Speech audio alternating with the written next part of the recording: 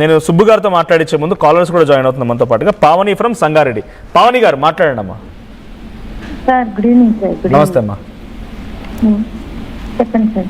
అమ్మా అనసూయ గారు మాటలు విన్నారు. అనసూయ గారు ఏమంటున్నారంటే భర్త తదనంతరం భార్య నుదిటిపై బొట్టుని, రంగురంగుల చీరల్ని, చేతికున్న గాజులని ఎందుకు తొలగించాలి అనే క్వశ్చన్ తను రేజ్ చేశారు. It's debatable topic. నిజంగానే తను మాట్లాడిన మాటలు ఒక చర్చకు దారితీస్తుంది. ఒక మహిళగా మీరేం చెప్తారు? నేనైతే తనకి మద్దతు ఇస్తానండి, సపోర్ట్ చేస్తాను. అనసూయ గారికి అనసూయ గారికి తప్పకుండా చేస్తాను ఈ విషయంలోని. ఓకే. ఎందుకంటే భర్త చనిపోయారు కదా అని చెప్పి బొట్టు గాజులు తీసేయాలి అనేది ఎక్కడా లేదు. ఎందుకంటే మనం పెళ్లి చేసుకున్నప్పుడే బొట్టు గాజులు పువ్వులు రావట్లేదు. మనం పుట్టాక ఆడపిల్ల అయితే పుట్టినప్పుడే నల్ల బొట్టు పెడతారు, పెద్దగా అయ్యాక మనం పెట్టుకుంటాం. ఎందుకంటే అది మన సాంప్రదాయం.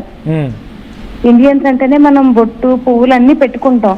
పెళ్లి చేసుకున్నాక ఏంటంటే కొంచెం మంగళసూత్రం, నల్ల పూసలు, మెట్టలు వేసుకుంటాం. అంటే ఐడెంటిఫై అవ్వడానికి, అంటే పెళ్ళైన అమ్మాయి అని చూపించుకోవడానికి పెట్టుకుంటాం. బొట్టు అన్నది పెళ్లి చేసుకున్నప్పుడు వచ్చేదైతే నిజంగా పెళ్లి చనిపోయాక తీయడానికి పర్వాలేదు. కానీ పెళ్లి చేసుకున్నప్పుడు కాదు. మనం పుట్టుకతోనే ఆడపిల్లకి బొట్టు పెట్టుకునే హక్కు ఉంటది కనుక తప్పకుండా మనం పెట్టుకోవచ్చు. ఇప్పుడు కూడా మనం చూసుకునేటట్లయితే చాలా మంది భర్త లేని వారు కూడా బొట్టు పెట్టుకొని తిరుగుతున్నారు సొసైటీలో, సమాజంలో. ఎందుకంటే అది మన ఇండియన్ సాంప్రదాయం. అసలు బొట్టుకి భర్త చనిపోయిన దానికి లేదు. నిజంగా భర్త చనిపోయారు గనక మనం బొట్టు గాజులు అవి తీసేయాలి అని అనేటట్లయితే మరి అప్పట్లో భర్త చనిపోయినప్పుడు భర్తతో పాటు భార్యను కూడా సతీసాగనం అని చంపేశారు వారు పూర్వకాలంలో. ఇప్పుడు మనం అదే అందరం చేయాలంటే ఇప్పుడు దేశంలో 100లో ఒక 50 మంది అలా చనిపోవాలి. ఇంకా శేఖర్ భాష గారు ఉన్నారమ్మా స్టూడియోలో. శేఖర్ భాష ఉన్నారు. శేఖర్ భాష మాట్లాడుతా అంటున్నారు మీతో. పంతులు గారు మీ ఇంటికి ఒక కార్యక్రమం చేయడానికి వచ్చారు. మీ ఇంట్లో ఎవరో పెద్ద ఆవిడ దీనికి కూర్చోవడానికి అర్హురాలు కాదు, ఓకే ముత్తైదునే కూర్చోబెట్టండి. చాలాసార్లు పేరెంటానికి వెళ్ళినప్పుడు ఇది వాళ్ళకి కొంచెం నాకు బాధేస్తుంది. పాపం వాళ్ళకి ఎందుకు ఇవ్వట్లేదు, వాళ్ళు ఎందుకు వేరే రకంగా పెడుతున్నారని బాధేస్తుంది. కానీ సరే అది కూడా పక్కన పెడితే ఎవరైనా సరే పండితుడు లేకపోతే పూజారి వచ్చి కూర్చొని దీనికి ఆవిడ కూర్చోకూడదు అని చెప్పినప్పుడు మీరు కూర్చోబెట్టగలరా ధైర్యంగా? లేదు లేదు. ఎందుకంటే పెద్దవాళ్ళ కల్చర్ ఎలా ఉంటదంటే, పెద్దవాళ్ళ ఆలోచన విధానం ఎలా ఉంటదంటే, ఒక చనిపోయిన అమ్మాయి ఇప్పటికీ కూడా కొంతమంది అలాగ ఉన్నారు. ఇప్పుడు కొంతమంది బొట్టు పెట్టుకున్న వాళ్ళు ఎలా ఉన్నారు, బొట్టు పెట్టుకోలేని వాళ్ళు కూడా ఏంటంటే అయ్యో వాళ్ళ ఇంట్లో శుభం అవుతుంది, పెళ్ళి అవుతుంది, నేను వెళ్ళకూడదు అన్నట్టు కొంతమంది ఎల్లరు. కొంతమంది చనిపోయిన ఆమె భర్త లేరు కదా, ఆమె అక్షింతలు వేయించద్దు అని వాళ్ళు కొంతమంది అనుకుంటారు. కానీ ఇంకొంతమంది చదువుకున్న వాళ్ళు కూడా ఈ మధ్యన అలాంటివి తీసుకోవట్లా. భర్త చనిపోయినా కూడా వ్యక్తిగతంగా ఆమె మంచిగా ఉంది, మన ఫ్యామిలీ మెంబర్ అన్నట్టు. కానీ కొంతమంది అలా ఆచారాలు అవి ఆచరిస్తారు. అడిగిన ప్రశ్నకి సూటిగా సమాధానం చెప్పండి. ఆ పూజారి వచ్చి ఆవిడ ఇక్కడ కూర్చోకూడదు, ఆవిడ దీనికి అర్హురాలు కాదు ఇక్కడ ఈ పీఠం మీద కూర్చోవడానికి, ఆవిడ లేకపోతే భర్త లేదు కాబట్టి కన్యాదానం చేయడానికి ఆవిడ కాదు, వేరే వాళ్ళు ఎవరన్నా వచ్చి ఆవిడ బాబాయి పిన్ని వచ్చి చెయ్యాలి అంటే కుదరదు, నేను ఈవిడనే కూర్చోబెడతాను, మీరు వెళ్ళిపోండి అని మీరు చెప్తారా? అలా చెప్పాలి. ఎందుకంటే ఆవిడ వద్దు అనే రైట్ ఆయనకి ఎవరిచ్చారు? అందులో ఎక్కడన్నా ఉందా? ఆయన వేదం ఏముందో అది చెప్తాడు. మాట్లాడినా ఒక నిమిషం, తన అభిప్రాయం తీసుకున్న తర్వాత మాట్లాడదు. కానీ పవని గారు, శేఖర్ భాష గారు అడుగుతున్న క్వశ్చన్ ఏంటంటే, బహుశా మీకు అర్థమైనట్లేదు. మీ ఇంట్లోకి ఏదైనా పూజా కార్యక్రమం ఉందన్నప్పుడు ఒక పండితురో లేకుంటే పూజారో వచ్చినప్పుడు అమ్మ అక్కడ కూర్చోవాలంటే ముత్తైదువు కావాలి, మీ ఇంట్లో ఎవరైనా ఈ రకంగా భర్త మరణించిన వాళ్ళు ఉంటే లేదు మీరు అట్లాగే చెప్తారు, ఆవిడ కూడా మా ఇంట్లో భాగస్వామి అని చెప్పి తనను కూర్చోబెడతారా? ఒక పూజారి చెప్పిన తర్వాత కూడా తనలా కూర్చోబెడతారా? లేదు ఆ పూజారి మాటకు అంగీకరించి మీరు తను అక్కడి నుంచి పంపించేస్తారా? మీరు అంటున్న మాటలు, అనసూయ మాటలు అంగీకరిస్తే అలా కూర్చుని దమ్ము మీ దగ్గర ఉందా, ధైర్యం ఉందా అని అంటున్నారు ఆయన. లేదండి, నిజంగా చెప్తున్నాను. ఇంట్లో పెద్ద ఆవిడ ఉండి అయితే పూజారికి డైరెక్ట్ గా ముఖం మీదే చెప్తాం మేమైతే. ఓకే, కూర్చోబెడతారు, మీ మాటకు స్టిక్ అయి ఉంటారు. మేము కూర్చోబెడతామండి. ఎందుకంటే ఆమె ముత్తైదు, ఆమెకు ఒక వయసు ఉంటుంది, ఆ వయసుకి రెస్పెక్ట్ ఇచ్చి కూర్చోబెడతాం. భర్త లేరు కదా అని చెప్పి ఆమె దానికి అర్హురాలు కాదని ఎలా అంటాం మనం? ఇది ఇక్కడ జస్ట్ ఇదాకా కాదు నేను అనేది, రేపు పెళ్లి చేయాల్సి వస్తుంది, ఆవిడకి ఒక కూతురు అనుకుందాం, భర్త లేడు.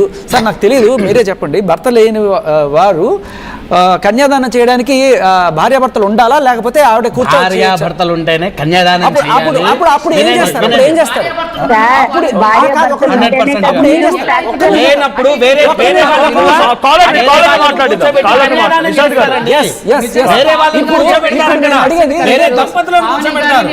ఇది మనకున్న సాంప్రదాయం. కన్యాదానానికి అయితే పవని గారు thank you for calling.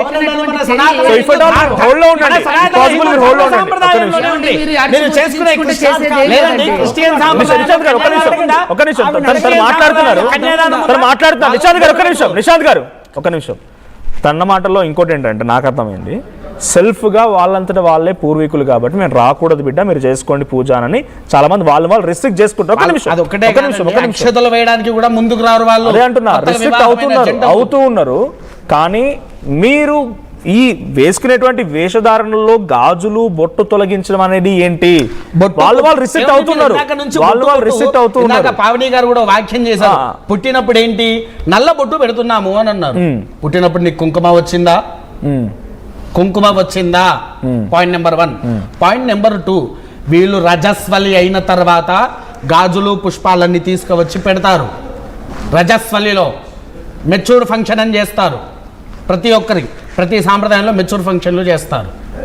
Number 3, వీళ్ళకి ఎప్పుడైతే మెచ్యూర్ వచ్చిందో ఇంతగా మాట్లాడుతున్న దానికి నేను పచ్చిగా ఒక మాట అంటే హిందూ ధర్మ రక్షకుడిగా ఒక వేద పండితుడిగా నేను అడుగుతున్నా, వీళ్ళకు పుట్టిన కొన్ని సంవత్సరాల తర్వాత రజస్వలి అవుతున్నారు.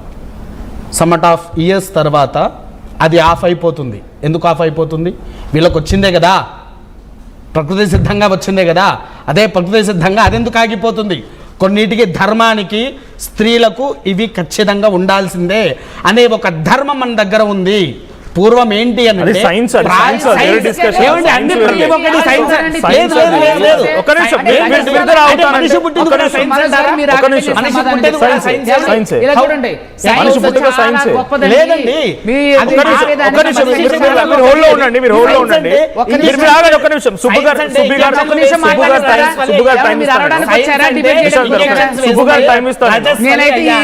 సుబ్బు గారు టైం ఇస్తాను.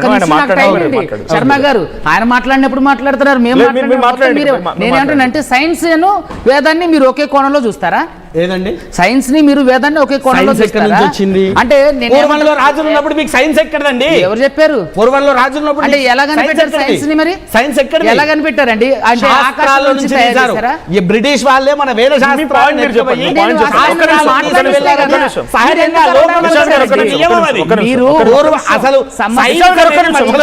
ఇది మధ్యలో స్టార్టింగ్ నుంచి మనకు సైన్స్ లేదు. సైన్స్ వద్దంటారా మనకి? నేను సైన్స్ వద్దని చెప్పలేదు. మీరు డిబేట్ ని సక్రమంగా చెప్పేది 100కి 200% అది ఖచ్చితంగా అనాగరిక చర్య. ఇది మనుషులో మన మైండ్ లో అంటే బలవంతంగా చొప్పించినటువంటి ఒక విషబీజం అంతే. ఇక్కడ